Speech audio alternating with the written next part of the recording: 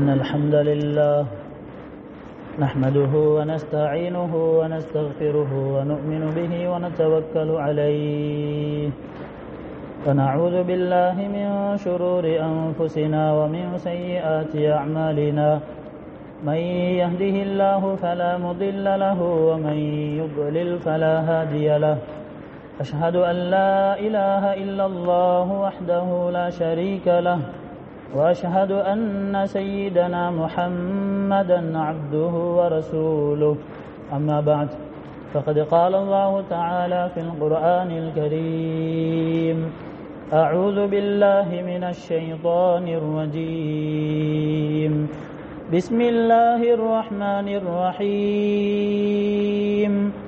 وما كان لمؤمن ولا مؤمنة إذا قضى الله ورسوله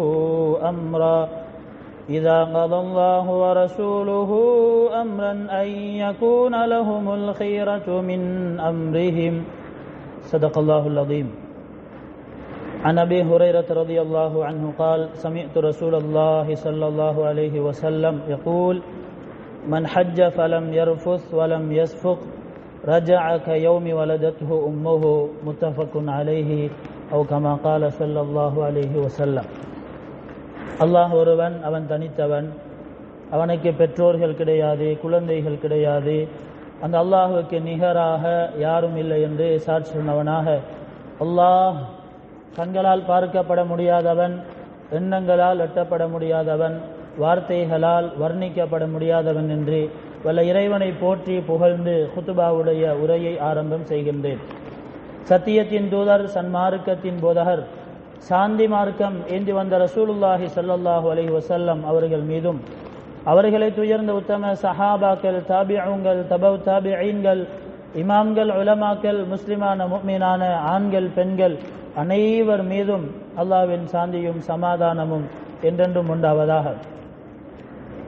புனிதமான துல்காதாவுடைய மாதத்திலே, புனிதமான வெள்ளிக்கிழமையுடைய தினத்திலே, புனிதமான ஜுமாவுடைய கடமையை நிறைவேற்றுவதற்காக அல்லாஹ்வினுடைய புனித மாளிகை மஸ்ஜிதிலே இஅ்திகாஃபுடைய நிய்யத்தோடு நேரகாலத்தோடு வந்து அமர்ந்திருக்கக்கூடிய அல்லாஹ்வின் நல்லடியார்களே, அன்பின் இஸ்லாமிய சகோதரர்களே, பெரியார்களே, ஆஹிராவுடன் ஒப்பிடும் பொழுது ஆள் சமுத்திரத்தில் ஒரு துளி நீரை உதாரணமாக கொண்டது தான் இந்த உலகத்துடைய வாழ்க்கை.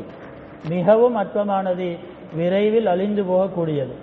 அற்பமான அழிந்து போகக்கூடிய இந்த உலகத்துடைய வாழ்க்கையில் எவைகளையெல்லாம் அல்லாஹ்வுக்கு சுப்ஹானஹு வ தஆலா ஏவி இருக்கிறானோ, அன்பு நபி ஸல்லல்லாஹு அலைஹி வஸல்லம் அவர்கள் வாழ்ந்து காட்டியிருக்கிறார்களோ, அப்படிப்பட்ட அமல் இபாதத்துகளை, நல்ல காரியங்களை, வணக்க வழிபாடுகளை எங்களுடைய வாழ்க்கையில் எங்களால் முடியுமான அளவு முயற்சி செய்து எடுத்து நடக்குமாறும், எவைகளை விட்டும் குர்ஆனும் சுன்னாவும் தடுத்திருக்கின்றதோ, தடை செய்திருக்கின்றதோ, விலக்கி இருக்கின்றதோ, அப்படிப்பட்ட மோசமான பாவமான அருவருக்கத்தக்க செயல்களில் இருந்து முற்றுமுழுதாக நாம் அனைவரும் தவிர்ந்து விலகி நடந்து கொள்ளும்படியாக முதலில் எனக்கும் அப்பால் உங்கள் அனைவருக்கும் வசியத்தும் நசீஹத்தும் செய்து கொள்கிறேன். அல்லாஹ்வுடைய தக்வாவை கொண்டு அன்பு கட்டளையும் பிறப்பித்துக் கொள்கின்றேன். கண்ணியமான சகோதரர்களே, பெரியார்களே, இன்றைய குத்பாவினுடைய தலைப்பு ஹஜ்ஜுடைய கடமைகளின் பின்னணிகளை கற்றுக்கொள்வோம் என்பதாகும். நாம் இருக்கக்கூடிய காலம் அஷ்ஹுருல் ஹஜ் என்று சொல்லப்படுகின்ற புனிதமான ஹஜ்ஜுடைய முக்கியமான மாதங்களிலே இருக்கிறோம். ஹஜ்ஜுடைய மாதங்கள் என்பது ஷவ்வால், துல்காதா, துல்ஹிஜ்ஜா போன்ற இந்த 3 மாதங்களையும் ரசூலுல்லாஹி ஸல்லல்லாஹு அலைஹி வஸல்லம் அவர்கள் ஹஜ்ஜுடைய மாதங்கள் என்பதாக சொல்லியிருக்கிறார்கள். எனவே அந்த மிக முக்கியமான சந்தர்ப்பத்திலே நாங்கள் இன்று குத்துபாவிலே வீற்றிருக்கிறோம். கண்ணியமானவர்களே, இன்று முழு உலக நாடுகளில் இருந்தும் ஹாஜிகள் ஹஜ்ஜிக்கு தயாராகி கொண்டிருக்கிறார்கள். குறிப்பாக இந்த இலங்கையில் இருந்தும் 3500 நபர்கள் ஹஜ்ஜி செல்வதற்காக வேண்டி இந்த ஆண்டும் தயாராகி கொண்டிருக்கிறார்கள். அல்லாஹு தஆலா அவர்களுடைய சகல நிலைமைகளையும் ஹைராக ஆக்கி ஹஜ்ஜுக்குரிய முழு சந்தர்ப்பத்தையும் அல்லாஹு தஆலா நசீபாக்குவானாக. கண்ணியமான சகோதரர்களே, இந்த மஸ்ஜிதிலே இருக்கக்கூடிய எம்மில் அதிகமானவர்கள் ஹஜ்ஜை நிறைவேற்றியவர்கள் இருக்கிறோம். அதே போன்று இந்த ஆண்டு ஹஜ்ஜி செய்யக்கூடியவர்கள் இருக்கிறோம். அதேபோன்று இந்த ஹஜ்ஜுடைய உயர்ந்த பாக்கியம் எனக்கும் கிடைத்து விட வேண்டும், நானும் ஹஜ் செய்து விட வேண்டும் என்ற ஆசையோடும் அதற்குரிய முயற்சிகளோடும் கனவுகளோடு வாழ்ந்து கொண்டிருக்கக்கூடியவர்கள் மற்ற அனைவரும் நாம் இந்த சந்தர்ப்பத்திலே இங்கு வீட்டிருக்கிறோம். கண்ணியமான சகோதரர்களே, ஹஜ் என்பது இஸ்லாமியர்களுடைய ஒற்றுமை பிரகடனமாக இருக்கிறது, இஸ்லாமியர்களுடைய சமாதான மாநாடாக இருக்கிறது.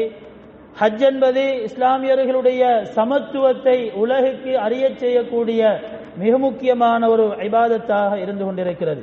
அது மாத்திரமல்ல, இஸ்லாமிய ஐம்பெரும் கடமைகளில் ஒன்றாகவும் இந்த ஹஜ்ஜுடைய கடமை இருக்கிறது. கண்ணியமானவர்களே, ஹாஜிகளும் மற்றவர்களும் இந்த ஹஜ்ஜுடைய கடமைகள், இந்த கடமைகளுடைய பின்னணிகள் என்ன என்பதை வரலாறையும் மார்க்கத்தையும் படித்து அதன் மூலமாக நாங்கள் படிப்பினைகளையும் உணர்வுகளையும் எங்களிடத்திலே மாற்றங்களையும் உண்டாக்கிக் கொள்வது மிக பொருத்தமாக இருக்கும் என்பதனால் இன்றைய ஹுத்துபாவிலே ஹஜ்ஜுடைய கடமைகளின் பின்னணிகளை அறிந்து கொள்வோம் என்ற தலைப்பிலே சில செய்திகளை நினைவுபடுத்தலாம் என்று நினைக்கின்றேன். கண்ணியமானவர்களே, இந்த ஹஜ்ஜி இதனை யாரெல்லாம் போவதற்கு நினைக்கிறார்களோ, நீயத்து செய்கிறார்களோ, இந்த நீயத்தை அவர்கள் தூய்மையானதாக ஆக்கிக் கொள்ள வேண்டும். இந்த ஹஜ்ஜி நான் எதற்காக செய்கிறேன் என்ற அந்த எண்ணத்தை அவர்கள் அடிக்கடி சீர்திருத்திக் கொள்வது, அதனை உற்று நோக்குவது அவசியமாக இருக்கிறது. எதற்காக வேண்டி நான் இந்த ஹஜ்ஜை செய்கிறேன்? எனக்கு பேரு கிடைக்க வேண்டும் என்பதற்காகவா, அல்லது எனக்கு உலகத்திலே புகழ் கிடைக்கும் என்பதற்காகவா, அல்லது என்னுடைய பெயருடன் சேர்ந்து எனக்கு பட்டம் கிடைக்கும் என்பதற்காகவா, அல்லது மற்றவர்கள் என்னை மதிப்பார்கள் என்பதற்காகவா நான் இந்த ஹஜ்ஜை யாருக்காக எதற்காக செய்கிறேன் என்பதை கட்டாயம் பரிசோதனை செய்து கொள்வது மிக முக்கியமான ஒன்றாக இருக்கிறது. கண்ணியமான சகோதரர்களே, அல்லாஹு தஆலா இந்த ஹஜ்ஜை யாருக்காக செய்ய வேண்டும் என்பதை பற்றி சொல்லுகின்ற பொழுது நிறைய இபாதத்துகளை, வணக்கங்களை நீங்கள் இஹ்லாஸாக நிறைவேற்ற வேண்டும், உள தூய்மையோடு செய்து கொள்ள வேண்டும், அல்லாஹ்வுடைய திரு பொருத்தத்துக்காக, அல்லாஹ்வுடைய திருமுகத்துக்காக வேண்டி செய்து கொள்ள வேண்டும் என்று பல வார்த்தைகளை பயன்படுத்தி அல்லாஹு தஆலா இபாதத்துகளுடைய இஹ்லாஸை பற்றி பேசுகின்ற அல்லாஹ் இந்த ஹஜ்ஜுடைய இஹ்லாஸை பற்றி, ஹஜ்ஜுடைய நியத்தை பற்றி அல்லாஹு தஆலா சொல்லுகின்ற பொழுது ஆச்சரியமாக அந்த வசனங்களை பயன்படுத்துகிறான். நேரடியாகவே எந்த விதமான சிறப்பு வார்த்தைகளும் இன்றி அல்லாஹ் என்ற அந்த உயர்ந்த வார்த்தையை, ஜலாலியத்துடைய வார்த்தையையே டிரெக்டாக அல்லாஹு தஆலா பயன்படுத்தி உங்களுடைய ஹஜ்ஜி அந்த அல்லாஹுக்காக மட்டுமே இருக்க வேண்டும் என்று குர்ஆனிலே பல இடங்களில் அல்லாஹு தஆலா சொல்லி காட்டுகின்றார். ஒரு இடத்திலே வஅத்திம்முல் ஹஜ்ஜ வல் உம்ரத லில்லாஹ், நீங்கள் ஹஜ்ஜையும் உம்ராவையும் நீங்கள் அல்லாஹ்வுக்காக வேண்டி நீங்கள் நிறைவேற்றுங்கள், பூர்த்தியாக்குங்கள் என்று அல்லாஹ் குர்ஆனிலே சொல்லி காட்டுகின்றார். இன்னும் ஒரு இடத்திலே வலில்லாஹி அலன்னாஸி ஹஜ்ஜுல் பைத், அல்லாஹ்வுக்காக வேண்டி மனிதர்கள் மீது ஹஜ் செய்வது கடமையாக இருக்கிறது என்பதை இன்னும் ஒரு வசனத்திலும் இந்த இரண்டு இடங்களிலும் அல்லாஹ் அல்லாஹ் என்ற அந்த அல்லாஹ்வுக்காக வேண்டிய உங்களுடைய ஹஜ்ஜுகள் அமைய வேண்டும் என்பதை வலியுறுத்தி அதனுடைய முக்கியத்துவத்தை அல்லாஹு தஆலா குர்ஆனில் இப்படி எங்களுக்கு உணர்த்தி இருப்பதை நாங்கள் பார்க்கிறோம். எனவே கண்ணியமான சகோதரர்களே, ஹஜ்ஜுக்கு சென்றவர்களும் ஹஜ் செய்ய இருப்பவர்களும் எல்லோருமாக நாங்கள் எங்களுடைய எண்ணத்தை, எங்களுடைய நீயத்தை, இது எந்த ஒரு உலக இலாபங்களும் எதிர்பார்க்கப்படாமல் என்னுடைய அல்லாஹ்வுக்காக மறுமையுடைய லாபங்களை மட்டுமே அடிப்படையாக கொண்டு, எண்ணமாக கொண்டு இந்த ஹஜ்ஜை செய்கிறேன் என்ற அந்த நீயத்தை நாங்கள் கட்டாயமாக வைத்துக் கொள்ள வேண்டும். கண்ணியமான சகோதரிகளே, பெரியார்களே, நாங்கள் நீயத்தை வைத்துவிட்டு நாங்கள் இஹ்ராமுடைய ஆடையை அணிகிறோம். எனவே இந்த இஹ்ராமுடைய ஆடைக்கு பின்னால் என்ன இருக்கிறது?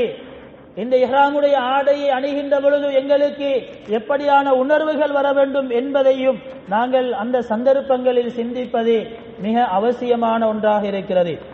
இஹ்ராமுடைய ஆடையை அணிந்து விட்டார் என்றால் அவர் உணர்ந்து கொள்ள வேண்டும், இது சாதாரணமான ஒரு ஆடை அணிந்திருக்கிறேன், எனவே செல்வந்தர்களுக்கும் ஏழைகளுக்கும் இடையிலே எந்த விதமான வித்தியாசங்கள் பாகுபாடும் இல்லை என்பதை இந்த ஆடை எடுத்து காட்டுகிறது.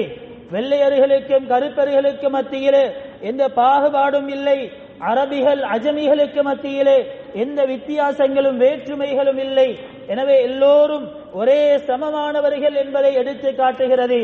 ஒரு மனிதனுக்கு கண்ணியம் என்றால் இந்த உலகத்திலும் நாளை மறுமையிலும் ஒரு மனிதன் சிறப்பிக்கப்படுவதென்றால் ஒருவன் கண்ணியமான மனிதன் என்பதை அல்லாஹ்வுடைய தக்வா வைத்து முடிவு செய்யப்படுகிறது என்பதை அந்த இஹ்ராமுடைய ஆடையின் பொழுது, ஆடையிலே இருக்கின்ற பொழுது நாங்கள் உணர வேண்டிய முக்கியமான ஒரு பாடமாக இருக்கிறது. அது மாத்திரமல்ல, நாங்கள் எல்லோரும் மரணித்த பின்னால் எங்களை கபரிலே நல்லடக்கம் செய்வதற்காக வேண்டி ஒவ்வொரு ஜனாசாக்களுக்கும் அணிவிக்கப்படக்கூடிய ஆடையாக அந்த இஹ்ராமுடைய ஆடையை போன்ற கஃன் ஆடை எங்களுக்கு அணிவிக்கப்படுகிறது. இது தான் இறுதியாகவும் எங்களுடைய உடம்பிலே ஒட்டி கொண்டிருக்கும் என்ற அந்த சிந்தனையையும் ஹாஜிகள் இஹ்ராமிலே இருக்கின்ற பொழுது உணர்ந்து கொள்ள வேண்டிய ஒரு பாடமாக இருக்கிறது. அன்பான சகோதரர்களே, பெரியார்களே, அரபாவுடைய மைதானம் பல லட்சக்கணக்கான ஹாஜிகள் இஹ்ராமுடைய ஆடையோடு பார்க்கின்ற இடமெல்லாம் ஒரே விதமாக இருக்கின்ற அந்த காட்சியை பார்த்து நாங்கள் ஃபீல் பண்ண வேண்டிய விடயம் என்ன தெரியுமா? நாளை மஹ்ஷருடைய மைதானத்திலே எல்லா மனிதர்களும் ஒரே நிலையிலே ஆடையற்றவர்களாக ஒரே மைதானத்திலே ஒரே அந்தஸ்தோடு அந்த இடத்திலே ஒன்று கூடி இருப்பது நாங்கள் இப்படித்தான் அல்லாஹ்வுக்கு முன்னால் கேள்வி கணக்குக்காக வேண்டி நாளைய அந்த கேள்வி கணக்குடைய கயாமத்துடைய நாளிலே நாங்கள் ஒன்று சேர்ந்து ஒரே பூமியிலே மைதானத்திலே நாங்கள் கூடியிருப்போம். அப்படியான ஒரு சிறிய ஒரு தெளிவைத்தான் எங்களுக்கு இந்த அரபாவுடைய மைதானம் தருகிறது என்ற பாடத்தையும் உணர்வையும் ஹாஜிகள் அரபாவிலே உணர்ந்து கொள்ள வேண்டும். கண்ணியமான சகோதரிகளே, பெரியார்களே, இந்த உலகத்தை அந்த ஆடை சிறப்பித்து காட்டக்கூடியதாக இருக்கிறது. பெருமையில் இருந்து ஹாஜிகளை சுத்தப்படுத்தக்கூடியதாக இருக்கிறது. மோசடிகள் மற்றவர்களுக்கு செய்வதிலிருந்து ஹாஜிகளை சுத்தப்படுத்தக்கூடியதாக இருக்கிறது. அதே போன்று இந்த ஹாஜிகள் உலக மக்கள் தன்னுடைய சக மனிதர்களோடு அன்பை அதிகரித்துக் கொள்ளக்கூடிய ஒரு சந்தர்ப்பமாக இஹ்ராம் அமைவதை பார்க்கிறோம். அதே போன்று எங்களுடைய சமூக அந்த நெருக்கத்தை அதிகப்படுத்தக்கூடியதாக இருக்கிறது. எல்லா மனிதர்களோடு சமத்துவத்தை எங்களுக்கு சொல்லி காட்டக்கூடியதாக இஹ்ராம் இருக்கிறது. அது மாத்திரமல்ல, இஹ்ராமிலே இருக்கக்கூடிய நாங்கள் ஊருக்கு வந்தாலும் ஃபுகராக்களுடைய, ஏழை எளிய மக்களுடைய, மிஸ்கீன்களுடைய, யதீம்கள், அனாதைகளுடைய அவர்களுடைய நிலை, அவர்களுடைய மன உணர்வு எப்படி இருக்கும் என்பதை எல்லாம் உணர்ந்து கொள்ளக்கூடிய ஒரு சந்தர்ப்பமாக இந்த இஹ்ராமுடைய சந்தர்ப்பம் நிச்சயமாக அமைய வேண்டும். அப்படியான சிந்தனையோடு அந்த இஹ்ராம் அணிகின்ற பொழுது ஹாஜிகள் உள்ளத்தை அமைத்துக் கொள்வது மிகப்பெரிய மாற்றத்துக்கு காரணமாக அமையும். கனிமான சகோதரிகளே, பெரியார்களே, சில முக்கியமான கடமைகளை இங்கே நினைவுபடுத்துகின்றேன். ஹஜ்ஜுடைய கடமைகளில் சஃபா மருவாக்கு மத்தியிலே சஅய் செய்வது மிக முக்கியமான ஒரு கடமையாக இருக்கிறது. இந்த சஅயோடு சம்பந்தப்பட்ட ஜம்சம் நீரை, இந்த சஅயுடைய பின்னணி என்ன, இதனுடைய சம்பவம் என்ன, இதில் எங்களுக்கு இருக்கின்ற படிப்பினை என்ன, இந்த ஜம்சம் நீருடைய வரலாறு என்ன என்பதையெல்லாம் புரிந்து கொள்வதற்கு பொருத்தமான ஒரு கடமையாக ஹஜ்ஜுடைய கடமைகளில் சஅய் இருப்பதை நாங்கள் உணர வேண்டும். குறிப்பாக ஹாஜிகள். கனிமான சகோதரர்களே, பெரியார்களே, நபி இப்ராஹிம் அலைஹிஸ்ஸலாம் அவர்களுக்கு அல்லாஹ்வுடைய கட்டளை வருகிறது. அந்த மனித சஞ்சாரமற்ற புட்பூண்டுகளற்ற அந்த தட்டாந்தரையிலே அந்த பச்சிலம் குழந்தையையும் உங்களுடைய மனைவியை விட்டு வாருங்கள் என்று அல்லாஹ்வுடைய கட்டளை வந்த சந்தர்ப்பத்திலே அவர்கள் மனைவி பிள்ளைகளை அழைத்துக் கொண்டு அந்த இடத்திலே விட்டுவிட்டு அவர்கள் திரும்பியும் பார்க்காமல் வந்த சந்தர்ப்பத்திலே அன்னை ஹாஜர் அலைஹிஸ்ஸலாம் அவர்கள் கேட்டார்கள், அல்லாஹு அமரக பிஹாதா, இது அல்லாஹ்வுடைய கட்டளையா? அவர்கள் தலையால் ஆம் என்று சொல்லிவிட்டு அந்த இடத்தை விட்டு நகர்ந்து விட்டார்கள். இதன் லையுதையுனல்லாஹ், இது அல்லாஹ்வுடைய கட்டளை என்றால் உங்களுடைய இந்த கட்டளையை நாங்களும் சேர்ந்து நிறைவேற்றுகிறோம். அல்லாஹ்வுடைய கட்டளையை நிறைவேற்றுகின்ற பொழுது அல்லாஹ் எங்களை வீணாக்க மாட்டான் என்ற அந்த உள்ள தைரியத்தையும் அந்த இடத்திலே அவர்கள் சொல்லி காட்டிவிட்டு அவர்கள் அந்த இடத்திலே இருக்கிறார்கள். கண்ணியமான சகோதரிகளே, பெரியார்களே, எப்படியான ஒரு சூழ்நிலை, எப்படியான ஒரு சூழல், எப்படியான ஒரு இடம்! இந்த இடத்திலே இருந்த சந்தர்ப்பத்தில் அவர்களிடத்திலே இருந்த உணவும் தீர்ந்து விடுகிறது, தண்ணீரும் தீர்ந்து விடுகிறது. பச்சிலம் குழந்தைக்கு கொடுப்பதற்கு கூட தண்ணீர் இல்லாத ஒரு சந்தர்ப்பமாக இருக்கிறது. எனவே ஹாஜர் அலைஹிஸ்ஸலாம் அவர்கள் சஃபா மர்வா மலைகளுக்கு இடையிலே ஓடோடி யாரும் வருகிறார்களா, என்னுடைய இந்த குழந்தைக்கு தண்ணீர் கிடைக்குமா, எப்படியாவது ஒரு சொட்டு தண்ணீர் கொடுத்து விட வேண்டும் என்பதற்காக வேண்டி அவர்கள் 7 தடவைகள் அந்த சஃபா மர்வா மலைக்கிளையிலே ஓடி இருக்கிறார்கள். கண்ணியமான சகோதரிகளே, வரலாறு பெரியது. அதற்கே பின்னால் அவர்கள் கண்டுகொள்கிறார்கள், ஹஜ்ரத் இஸ்மாயில் அலைஹிஸ்ஸலாம் அவர்கள் தன்னுடைய பாதத்தினால் தண்ணீர் தாகத்தோடு அந்த இடத்திலே அழுகையோடு காலை தேய்த்து கொண்டிருந்தார்கள். எனவே அந்த சந்தர்ப்பத்திலே அவருடைய பாதத்துக்கு கீழிருந்து அந்த ஜம்சம் நீர் ஊற்றெடுக்கிறது. அதை கண்ட ஹாஜர் அலைஹிஸ்ஸலாம் அந்த இடத்திற்கு வந்து அவர்கள் இந்த தண்ணீரை தேக்கி வைப்பதற்காக ஒரு ஏற்பாட்டை செய்து அந்த இடத்திலே தண்ணீரை அவர்கள் பாதுகாக்கிறார்கள். கண்ணியமான சகோதரிகளே, பெரியார்களே, அந்த ஒரு பயங்கரமான சூழ்நிலையில் அப்படியான இடத்திலே அல்லாஹுடைய கட்டளை என்றால் அல்லாஹ் எங்களை வீணாக்க மாட்டான். அல்லாஹுடைய கட்டளைகள், அல்லாஹுடைய ஏவல்களை எங்களுடைய வாழ்க்கையில் எங்களால் முடியுமான அளவு நாங்கள் தியாகத்தோடு எடுத்து நடக்க வேண்டும். அப்போது எங்களுக்கு அதிலே இலாபம் மட்டும்தான் மிஞ்சும் என்ற அந்த நினைப்போடு இருந்த ஹாஜர் அலைஹிஸ்ஸலாம் அவர்களுக்கு அல்லாஹு தஆலா ஜம்சம் நீரை கொடுத்து, கண்ணியமான சகோதரிகளே, பெரியார்களே, இந்த உலகத்திலே எத்தனையோ வகை வகையான நீர் இருந்தாலும் இந்த ஜம்சம் நீருடைய அளவுக்கு எந்த ஒரு நீரும் இல்லாத அளவுக்கு அதிசயங்களும் ஆச்சரியங்களும் மருத்துவங்களும் மிகப்பெரிய நற்குணங்களும் இருக்கக்கூடிய இந்த ஜம்சம் நீரை உலகம் அழியும் வரைக்கும் ஒரு அத்தாட்சியாக அல்லாஹு தஆலா கொடுத்திருக்கிறார். எனவே அன்பான சகோதரர்களே, பெரியார்களே, குறிப்பாக ஹாஜிகளே, ஹஜ்ஜிக்கு சென்று நாங்கள் சாய் செய்கின்ற பொழுது, சஃபா மலையிலும் மர்வா மலையிலும் ஏறுகின்ற பொழுது, அவைகளுக்கு இடையிலே தொங்கோட்டம் ஓடுகின்ற பொழுது, அதனை முடித்து ஜம்சம் நீரை குடிக்கின்ற பொழுது, இந்த கடமையுடைய பின்னணி ஹாஜர் அலைஹிஸ்ஸலாம் அவர்களும் மகனும் பட்ட கஷ்டங்கள், அவர்களுடைய தியாகங்கள், அந்த கஷ்டத்துக்கு மத்தியிலே அவர்கள் அல்லாஹுடைய கடமையை ஏற்றிக்கொண்டு அதன் மூலமாக எவ்வளவு பெரிய சிறப்பை பெற்றுக் கொண்டார்கள் என்ற பாடத்தை, படிப்பினையை ஒவ்வொரு ஹாஜிகளும் அந்த சந்தர்ப்பத்திலே பெற்றுக் கொள்ள வேண்டும்.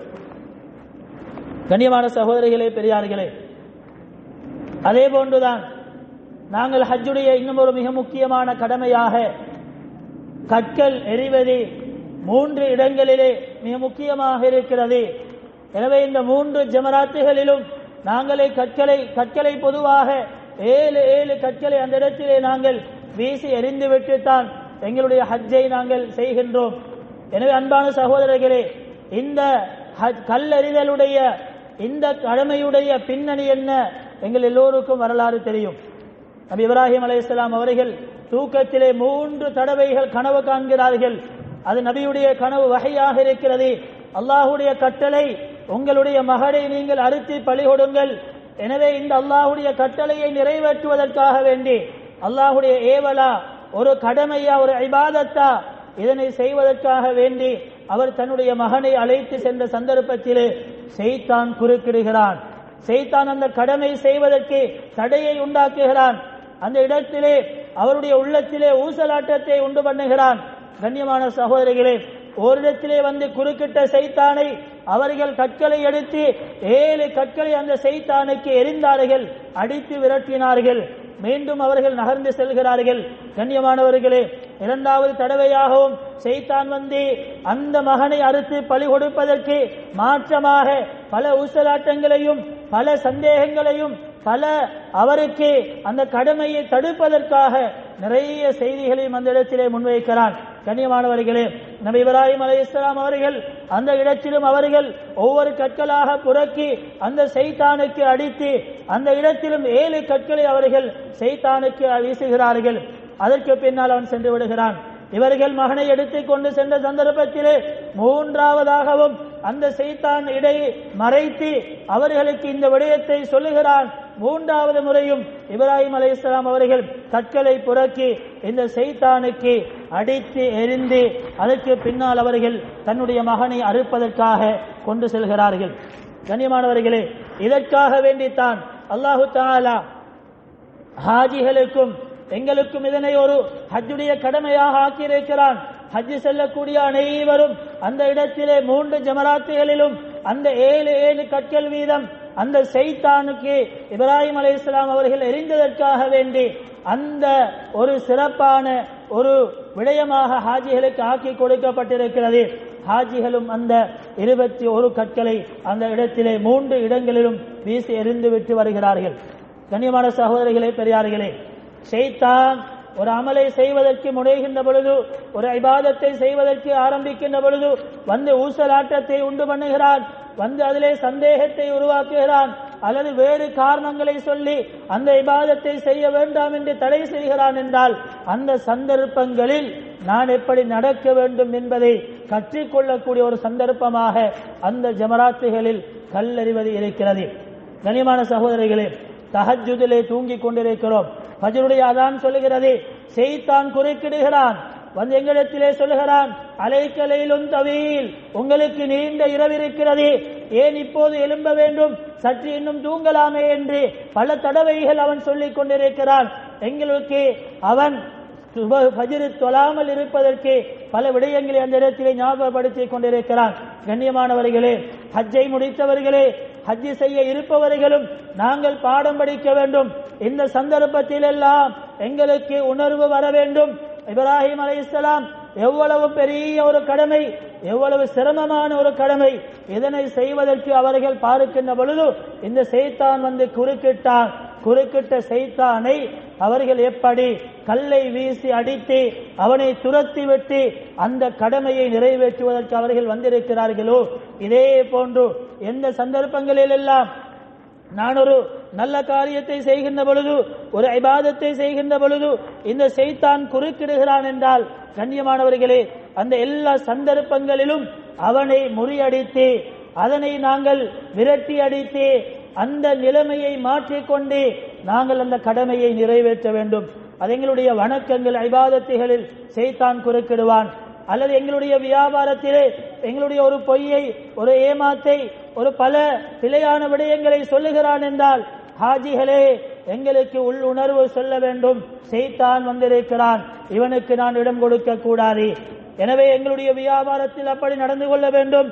குடும்ப வாழ்க்கையிலும் மனைவி பிள்ளைகளோடும் நாங்கள் ஒரு நல்ல விடயத்தை செய்கின்ற பொழுது அதற்கு ஷைத்தானுடைய கருத்துக்கள் அந்த இடத்திலே முன் வருகிறது என்றால் அவைகளெல்லாம் உடை தெரிந்துவிட்டு நாங்கள் அந்த நல்ல காரியங்களை செய்ய வேண்டும்.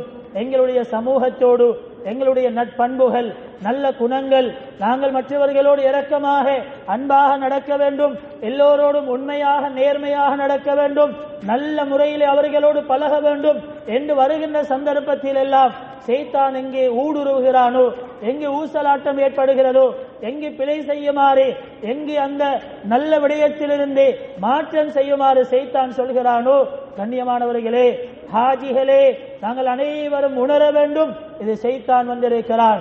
இந்த சந்தர்ப்பத்திலே இதனை முறியடித்து அந்த நல்ல பண்போடு நல்ல குணத்தோடு நான் சமூகத்தோடு நடந்து கொள்ள வேண்டும் என்ற அந்த விடயத்திலே நாங்கள் ஒவ்வொருவரும் உறுதியெடுக்க வேண்டும். இதைத்தான் நாங்கள் அந்த கற்கள் எரிகின்ற பொழுது கற்றுக்கொள்ள வேண்டிய ஒரு மிகப்பெரிய பாடமாக இருக்கிறது.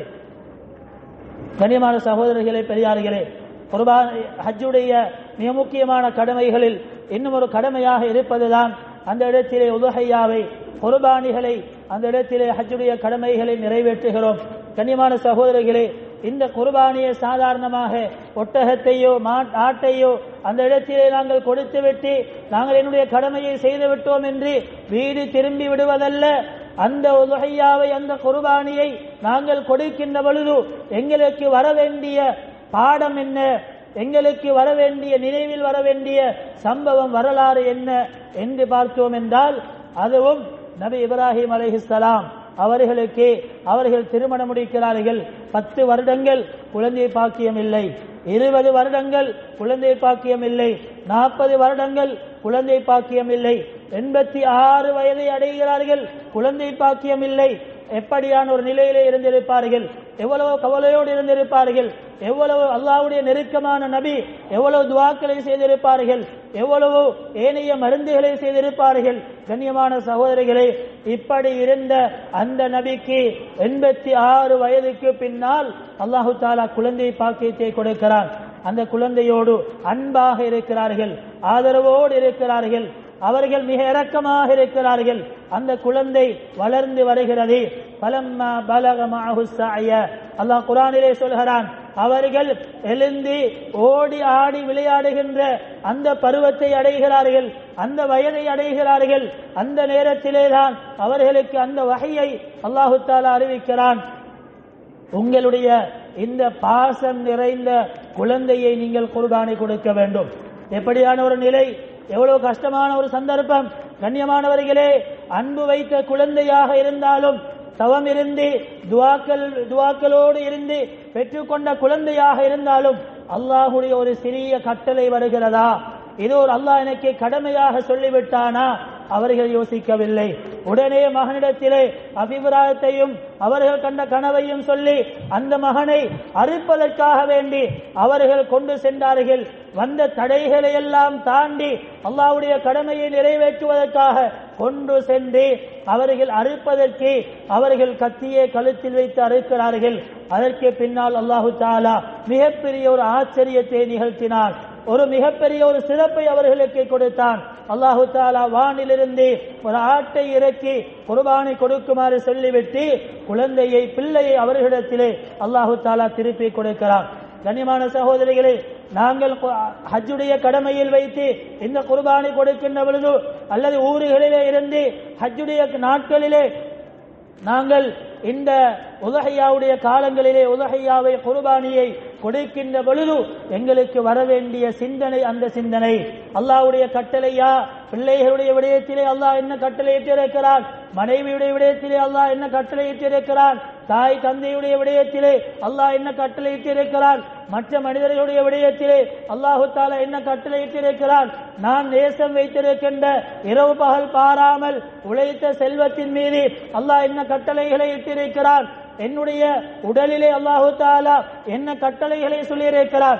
கண்ணியமான சகோதரிகளே, பெரியார்களே, இந்த கட்டளைகள் இந்த எங்களுடைய பெரிய விடயங்களாக இருந்தாலும் அல்லாஹ்வுடைய ஒரு கட்டளை வருகிறது என்றால் அவை அனைத்தையும் நாங்கள் ஒரு புறத்திலே ஒதுக்கிவிட்டு அல்லாஹ்வுடைய கட்டளைக்கு முன்னுரிமை கொடுத்து அந்த கட்டளையை நிறைவேற்ற வேண்டும் என்ற பாடத்தை தான் இந்த குர்பானி மூலமாக ஹாஜிகள் கற்றுக்கொள்ள வேண்டும். ஊரிலும் குர்பான் கொடுக்கக்கூடியவர்கள் கற்றுக்கொள்ள வேண்டிய மிக முக்கியமான ஒரு பாடமாக இருக்கிறது. எனவே அன்பான சகோதரிகளே, பெரியார்களே, நம்முடைய எல்லா காரியங்களிலும் அல்லாஹ்வுடைய கட்டளைக்கு முன்னுரிமை, அல்லாஹ்வுடைய கடமைகளுக்கு முன்னுரிமை. இப்படி ஒரு முஸ்லிம் வாழ வேண்டும் என்பதைத்தான் இந்த குர்பானி எங்களுக்கு சொல்லி காட்டிக் கொண்டிருக்கிறது.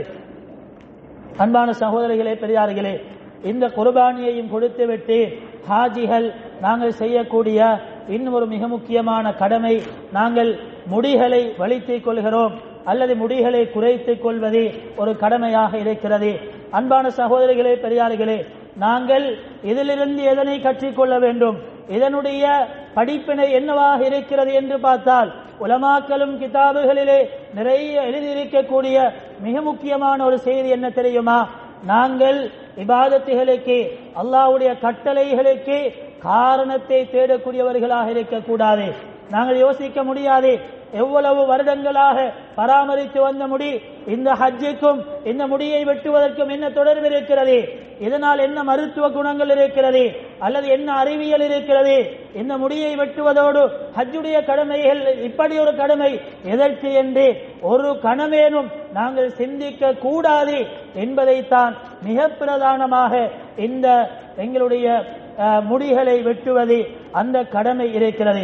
என்ன சொல்ல வருகிறேன் என்றால், அல்லாஹ் குர்ஆனிலே எங்களுக்கு சொல்லக்கூடிய செய்தி, அல்லாஹ் ஒரு கடமையை உங்களுக்கு சொல்லிவிட்டான் என்றால் அந்த கடமையை நீங்கள் நிறைவேற்றியாக வேண்டும்.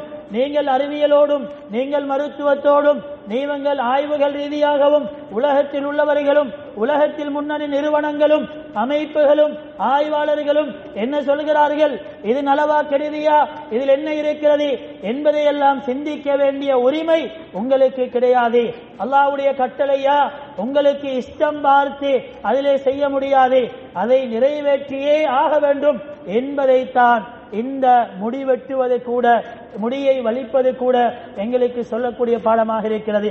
கண்ணியமானவர்களே, உலமாக்கள் இந்த குர்ஆனுடைய வசனத்தை இந்த தலைப்பின் கீழ் அவர்கள் கொண்டு வருகிறார்கள்.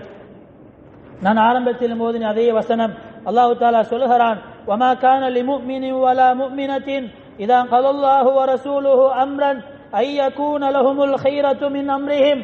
அல்லாஹு தஆலா அவனுடைய ரசூல் ஒரு கடமையை சொல்லிவிட்டார்கள் என்றால், ஒரு விடயத்தை முடிவு செய்து விட்டார்கள் என்றால், நீங்கள் இதனை செய்யுங்கள் என்று அவர்கள் சொல்லிவிட்டார்கள் என்றால், அல்லாஹ் சொல்கிறான், முஃமினான ஆண்களுக்கோ முஃமினான பெண்களுக்கோ எந்த ரைட்ஸும் கிடையாது, எந்த இஷ்டமும் அவர்களுக்கு கொடுக்கப்படுவது கிடையாது.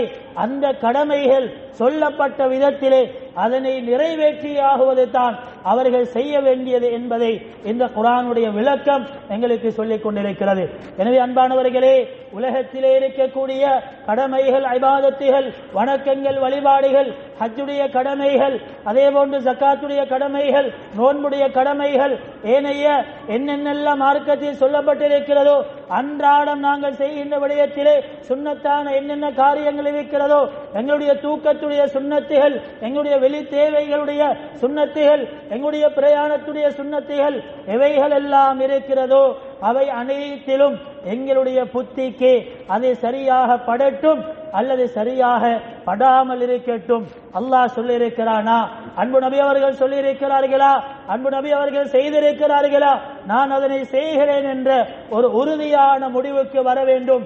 அந்த மிக முக்கியமான ஒரு பாடத்தை தான் ஹஜ்ஜுடைய கடமைகளில் இறுதியாக முடியை வெட்டுகின்ற பொழுது எங்களுக்கு வர வேண்டும். கண்ணியமானவர்களே, முடி ஒரு அற்பமானது, சாதாரணமானது. இதனை அங்கு சென்று அந்த மிக முக்கியமான கடமைகளை நிறைவேற்றிவிட்டு எதற்காக முடியை சிறைக்க வேண்டும் என்ற ஒரு சிந்தனை அப்படியல்ல. அல்லாஹுடைய கட்டளை அற்பமான முடியாக இருந்தாலும் சரி அதனை செய்ய வேண்டும். அல்லாஹுடைய அதிசயமான ஒரு விடயம் சஅய் செய்ய வேண்டும் என்றால் அதனையும் நாங்கள் செய்து தான் ஆக வேண்டும்.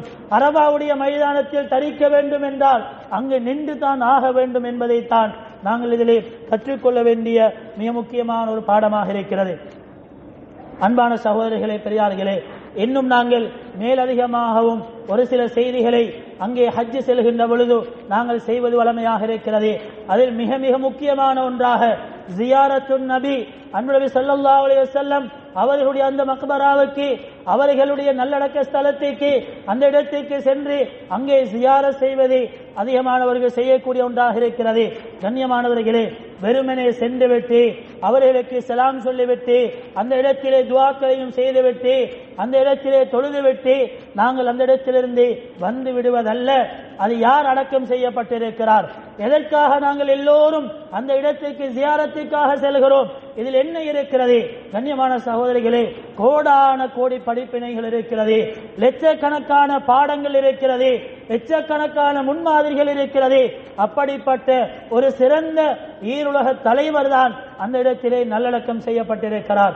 அன்பானவர்களே, அன்பான ஹாஜிகளே, இந்த ஆண்டும் இதற்கு பின்னாலும் ஹஜ் செய்யக்கூடியவர்களே, அந்த இடத்திற்கு சென்றால் நீங்கள் அந்த லட்சக்கணக்கான விடயங்களை அப்படியே வைத்துவிட்டு இது ஒன்றையாவது அந்த இடத்திலே உணர்ந்து கொள்ளுங்கள். நபியோடு பேசிவிட்டு வாருங்கள், நபிக்கு இதனை சொல்லிவிட்டு வாக்கி கொடுத்து விட்டு வாருங்கள். என்ன தெரியுமா கண்ணியமானவர்களே, அந்த நபி சமூக பற்றுடைய நபி, அந்த நபி உம்மத்தின் மீது இரக்கம் கொண்ட நபி. அல்லாஹ் குர்ஆனுடைய பல இடங்களில் லஅல்லக பாஹிஉன் நஃப்ஸக் அஸீஸுன் அலைஹி மா அனித்தும், ஏன் நீங்கள் உங்களை வருத்திக் கொள்கிறீர்கள்? இந்த உலகத்தில் வாழக்கூடிய மனிதர்களுக்காக வேண்டி எல்லோரும் நேல்வழி பெற வேண்டும், எல்லோரும் அமல்களை செய்ய வேண்டும், எல்லோரும் சுவர்க்கம் செல்ல வேண்டும், எல்லோரும் சலாமத்தாக வாழ வேண்டும், எல்லோரும் உயர்ந்த பதவிகளை நிம்மதியாக மறுமையிலே அடைய வேண்டும் என்பதற்காக தியாகம் செய்த நபி, சமூகத்திற்காக உழைப்பு செய்த நபி தான் அந்த நபி. கண்ணியமானவர்களே, அவர்கள் அறிந்த காலத்திலிருந்து மரண தருவாய் வரைக்கும் உம்மத்தி உம்மத்தி, என்னுடைய சமூகமே என்னுடைய சமூகமே என்று வாழ்ந்த நபிதான் அந்த நபியாக இருக்கிறார்கள். அது மட்டுமல்ல, நாளைய மஹ்ஷருடைய மைதானத்திலே எல்லோரும் சுவர்க்கம் சென்று முடியும் வரைக்கும் உம்மத்தி உம்மத்தி, என்னுடைய சமூகம், என்னுடைய மனித குலம், இவர்கள் அனைவரும் ஈடேற்றம் பெற வேண்டும் என்று உம்மத்திற்காக, சமூகத்திற்காக உழைத்தவர்கள், மறுமையிலும் சமூகத்திற்காக உழைக்கக்கூடியவர்கள் தான் இந்த அன்பு நபி ஸல்லல்லாஹு அலைஹி வஸல்லம். கண்ணியமானவர்களே, அரபாவிலே வைத்து அந்த 1400 ஆண்டுகளுக்கு முன்னால் ஹாஜிகளிடத்திலே சொன்ன ஒரு வார்த்தை என்ன தெரியுமா? நிறைய செய்திகளை அவர்கள் அது ஹஜ்ஜத்துல் வதாவிலே அவர்கள் பயான் செய்திருக்கிறார்கள். கண்ணியமானவர்களே, அந்த அவர்களுடைய அனைத்து பயானையும் நாங்கள் எடுத்து பார்த்தால் அதில் மிகப்பெரிய ஒரு பகுதி என்ன தெரியுமா? சமூக உணர்வோடு நீங்கள் வாழ வேண்டும், மற்றவர்களை மதித்து வாழ வேண்டும், மற்றவர்களுக்கு தியாகம் செய்ய வேண்டும், எல்லோரும் ஈடேற்றம் பெறுவதற்காக நீங்கள் உழைக்க வேண்டும். ஒவ்வொரு மனிதனுடைய உடலும் அவருடைய உள்ளமும் அவருடைய உணர்வுகளும் அவருடைய இரத்தமும் அவருடைய உடைமைகளும் மனிதர்களுடைய அனைத்துமே மிக புனிதமானவைகள். இவைகளில் அணுவளவும் பாதிப்பு ஏற்பட்டுவிடக் கூடாது என்ற மிகப்பெரிய செய்திகளை ரசூல் ஸல்லல்லாஹு அலைஹி வஸல்லம் அவர்கள் ஹஜ்ஜத்துல் வதாவிலே கண்ணியமானவர்களே ஹாஜிகளிடத்திலே சொல்லியிருக்கிறார்கள். இப்படி நீங்கள் நடந்து கொள்ளுங்கள், நீங்கள் இந்த ஹஜ்ஜுக்கு பின்னால் அப்படி மனித சமூகத்தோடு நடந்து கொள்ள வேண்டும் என்று. அன்பானவர்களே, அதைத்தான் இந்த இடத்திலே உங்களிடத்திலேயும் சொல்கிறோம். ஹஜ்ஜுக்கு சென்று ஜியாரத்துக்கு சென்று நபியிடத்திலே செய்ய வேண்டியவைகளை செய்துவிட்டு நபியிடத்திலே சொல்லுங்கள், நிச்சயமாக அவர்களுக்கு கேட்கும். நபியே நாயகமே, உங்களுடைய சமூக உணர்விலே நாங்கள் ஒரு பங்கை எடுத்துக் கொள்கிறோம். இந்த சமூகத்திற்காக வேண்டி இதற்கு பின்னால் நாங்களும் உழைக்கிறோம். அது ஏழை எளிய மக்கள், அனாதைகள், விதவைகள், இப்படிப்பட்டவருடைய விடயமாக இருந்தாலும் சரி, அல்லது முஸ்லீம் அல்லாதவர்கள் அவர்கள் இந்த உலகத்திலும் நாளை மறுமையிலும் வெற்றி கொள்வதற்காக இருந்தாலும் சரி, எங்களுடைய தனிப்பட்ட வாழ்க்கை, குடும்ப வாழ்க்கை, சமூக வாழ்க்கையிலே சமூக உணர்வோடு நபியே நாங்கள் நடந்து கொள்கிறோம், சமூகத்திற்காக எங்களை அர்ப்பணிக்கிறோம், நாங்கள் தியாகம் செய்கிறோம் என்ற அந்த ஒரு விடயத்தை நபியிடத்திலே சொல்லிவிட்டு வந்து கண்ணியமானவர்களே சமூகத்திலே அப்படி நடந்து கொள்ள வேண்டும். சமூகத்திலே சமூக உணர்வோடு நடந்து கொள்ள வேண்டும். சமூகத்துடைய இபாதத்துகள், சமூகத்துடைய பண்பாடுகள், சமூகத்துடைய கல்வி, சமூகத்துடைய மஸ்ஜிதுடைய தொடர்பு, சமூகத்துடைய இறை நம்பிக்கை, சமூகத்துடைய முன்னேற்றம், சமூகத்துடைய வியாபாரம், சமூகத்துடைய நல்ல நிலைமைகள், அவர்களுடைய ஆரோக்கியம் என்று எல்லா பகுதிகளிலும் உழைப்பு செய்வது, முயற்சி செய்வது எல்லோருக்கும் கடமை. குறிப்பாக ஹாஜிகள் இதில் மிக முக்கியமான பாடங்களை, படிப்பினைகளை பெற்றுக் கொண்டு வருவது அவசியமாக இருக்கிறது. கண்ணியமானவர்களே, இன்னும் ஒரு செய்தியை நிறைவுபடுத்தி குத்துபாவின் நிறைவுக்கு கொண்டு வருகிறேன். கண்ணியமான சகோதரர்களே, அல்லாஹு தஆலா இந்த ஹஜ்ஜை முடித்துவிட்டு வருகின்றவர்களுக்கு அந்த ஹஜ்ஜும் மபரூராக அல்லாஹு தஆலா ஆக்க வேண்டும். அப்படிப்பட்ட ஹாஜிகளுக்கு அல்லாஹ் எப்படியான ஒரு மாற்றத்தை கொடுக்கிறான் என்றால், ஒரு பாவம் கூட அவர்களிடத்திலே இல்லாமலாக்கி விடுகிறான். அல்லாஹ் நபி ஸல்லல்லாஹு அலைஹி வஸல்லம் அவர்கள் என்ன சொன்னார்கள்?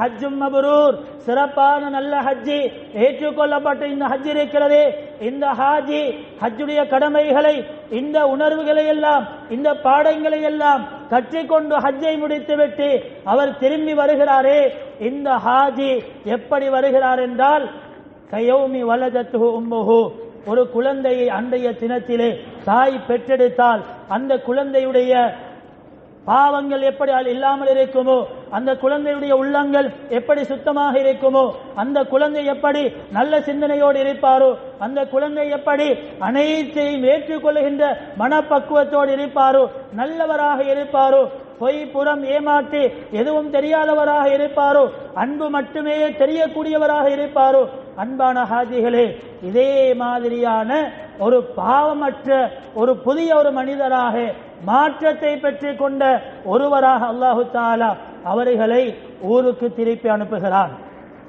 எனவே அன்பானவர்களே, ஹாஜிகளே, ஹஜ்ஜை முடித்துவிட்டு வருகின்ற பொழுது அல்லாஹ் தான் எல்லா பாவங்களையும் மன்னித்து விட்டான். ஹதீஸிலே நபி அவர்கள் சொன்னார்கள், அல்லாஹ் தஆலா இந்த ஹஜ்ஜிக்கு, சிறப்பான ஹஜ்ஜிக்கு சுவர்க்கத்தை தான் கூலியாக கொடுக்கிறான் என்று.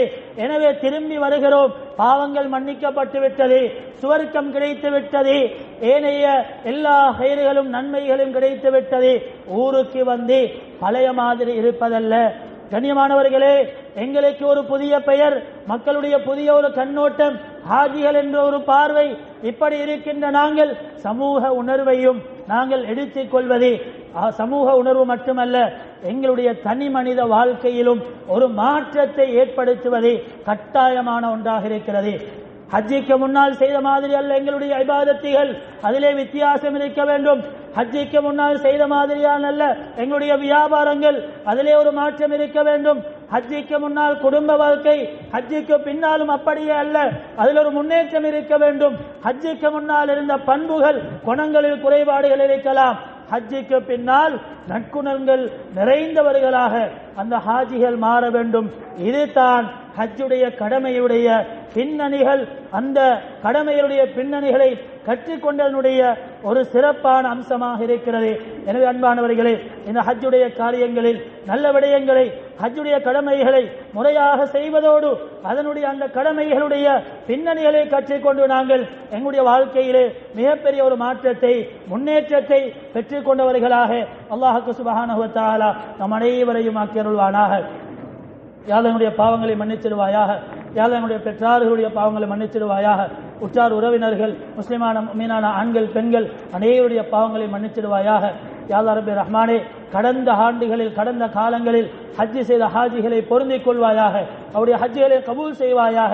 அவர்களுக்கும் சுவர்க்கத்தை நசீவாக்குவாயாக. யா அல்லாஹ், இந்த ஆண்டே செல்லக்கூடிய ஹாஜிகளுடைய சகல நிலைமைகளையும், பிரயாணத்தையும், தேவைகளையும் நீ சீராகவும் சலாமத்தாகவும் ஆக்கி கொடுப்பாயாக. அவருடைய ஹஜ்ஜிகளையும் ஏற்றுக்கொண்ட ஹஜ்ஜாக ஆக்குவாயாக. பெரிய கூலிகளை அவர்களுக்கு நசீபாக்கிடுவாயாக. யா அல்லாஹ் ரப்பி ரஹ்மானே, இந்த சமூகத்திலே அந்த காபாவை ஹஜ்ஜி செய்து விட வேண்டும், அந்த இடத்திற்கு சென்று விட வேண்டும், அன்பு நபியை ஜியாரத் செய்ய வேண்டும், அந்த இடத்திலே சென்று துஆ செய்ய வேண்டும், உம்மத்துடைய உணர்வோடு அந்த இடத்திலிருந்து திரும்பி விட வேண்டும் என்று எத்தனை பேர்கள் எல்லாம் உல குமுறலோடு, ஆசையோடு, ஏற்பாடுகளோடு இருக்கிறார்களோ அந்த அனைவருக்கும் நீ அந்த நிலைமைகளை சீராக்கி எல்லோருக்கும் ஹஜ்ஜி செய்யக்கூடிய அந்த பாக்கியத்தை நசீவாக்குவாயாக. எல்லா நிலைமைகளையும் சீராக்குவாயாக. இந்த புனிதமான காலத்திலே அல்லாஹ் அந்த பிலஸ்தீனிலே வாழக்கூடிய முஸ்லிம் சமூகம், அவர்கள் பல நிலைமைகளோடு வாழுகிறார்கள். யா அல்லாஹ், 200 நாட்களை தாண்டியும் அவர்கள் பல சிரமங்களுக்கு மத்தியிலே கஷ்டங்களோடு வாழ்ந்து கொண்டிருக்கிறார்கள். யா அல்லாஹ், அவர்களை பொருந்திக் கொள்வாயாக. அவர்களுக்கு ஷஹாதத்துடைய அந்தஸ்திலே கொடுத்திடுவாயாக. அவருடைய காயங்களை குணப்படுத்துவாயாக. அவருடைய பசிகளை தீர்த்திடுவாயாக. தேவைகளை போக்கிடுவாயாக. குழந்தைகளுக்கு நல்ல சலாமத்தான நிலைமைகளை நீ உருவாக்கி கொடுத்திடுவாயாக. யா அல்லாஹ் ரப்பி ரஹ்மானே, எல்லோரையும் ஒன்றுபட்டு ஒற்றுமையாக நல்ல விடயங்களோடு முன்மாதிரியாக வாழக்கூடிய சகல நிலைமைகளையும் எங்கள் அனைவருக்கும் உருவாக்கி தந்திடுவாயாக. இந்த துஆவை அங்கீகரிப்பாயாக. வாஹ் தஅவானா அல்ஹம்துலில்லாஹி ரப்பில் ஆலமீன்.